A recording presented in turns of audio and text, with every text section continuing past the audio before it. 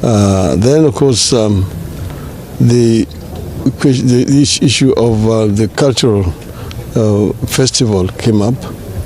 As you know, I was one of those who were involved in the founding of this festival. The former governor, Mr. Nanok, came to me and suggested that he wanted to start something of this nature. And I told him that is really welcome. I encouraged him, and I was here at the first festival, culture festival. From that time onwards, I've come consistently each and every year, except last year, because of the confusion that was reigning in the country. And it is always a good opportunity to meet and talk with people from Turkana. I usually come and stay more than one day. This festival, of course, is one of its kind, and it's being people from the region, the people who come from Ethiopia, some come from South Sudan, then from Uganda, and even from far away. So it's a very good cultural event. As you know that this region of East Africa is actually now known as the cradle of mankind, that mankind actually originated from here. The first species of humanoid has been found here in Turkana. And I've been to that site of Mr. Leakey, with the late Richard Leakey, several times. And he has taken me through this research work which he was doing in conjunction with the University in California and the UK. And it is actually amazing what is here. And that's the reason why each time I talk to people, foreigners who come here say, welcome home, because this is where the humanity actually started before it spread to other continents. That's what makes this place actually very unique. But I also know that this region actually has serious economic challenges. This area has suffered economic neglect for a long time. From the colonial days, this used to be part of what used to be known as NFD, the Northern Frontier District. It was completely excluded from development. And the subsequent independent government continued that marginalization.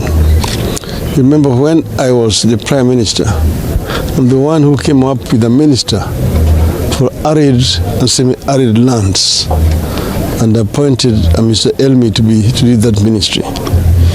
That's when we started what you call affirmative action, to deal with the areas which had been historically neglected and mainstream them in development. And then when devolution came, we came up with a revenue share which tended to favor these regions which were backwards. There is also equalization fund which is provided for in that structure. Now, we had big plans as Azimio for this region, which we would have started implementing.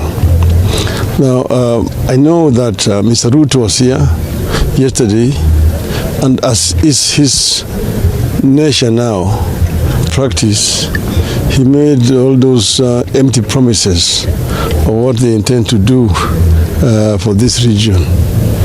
But I know that there's a big disconnect between the rhetoric and the reality as such. So what I wanted to do here today is basically to tell these people that they need to unite together with the people of Kenya. This region has voted for me and for ODM and Azimio overwhelmingly in the last general elections. We have 3 members of parliament from this region. You have some members of county assembly. The governor himself is from ODM. Even the previous governor, Mr. Nanok, was also from ODM. And I enjoy a lot of support. I don't need anybody's invitation to come to Turkana. Turkana is part of Kenya. I lead a political party, which is Kenyan political party and a coalition. So I don't need anybody's invitation to come here. And when I come and the people want me to talk, actually it is the height of stupidity to refuse me even an opportunity to greet the people. The governor, of course, was feigning that he was not aware, because he is very aware.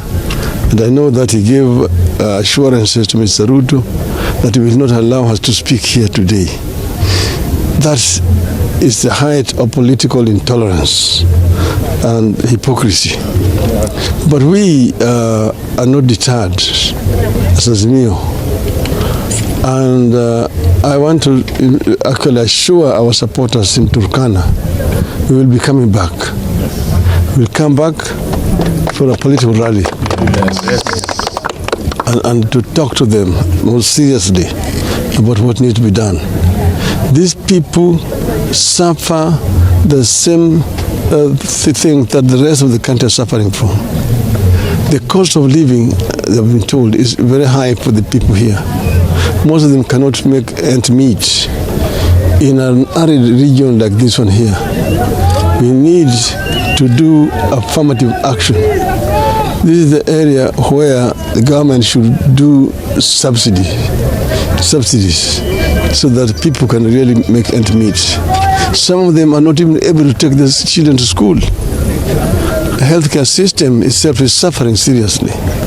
And you know that this regime has no proper plans to improve healthcare. They are trying to centralize healthcare, to move it from the counties. But I know that they just want to recreate the past. The same thing is applying with education. As you see, that university education is going to collapse unless something drastic is done to rescue it. So we have come, and I'm happy that the people have escorted us very well. I just want to tell them we will be back soon. Thank you very much. Asante. No question.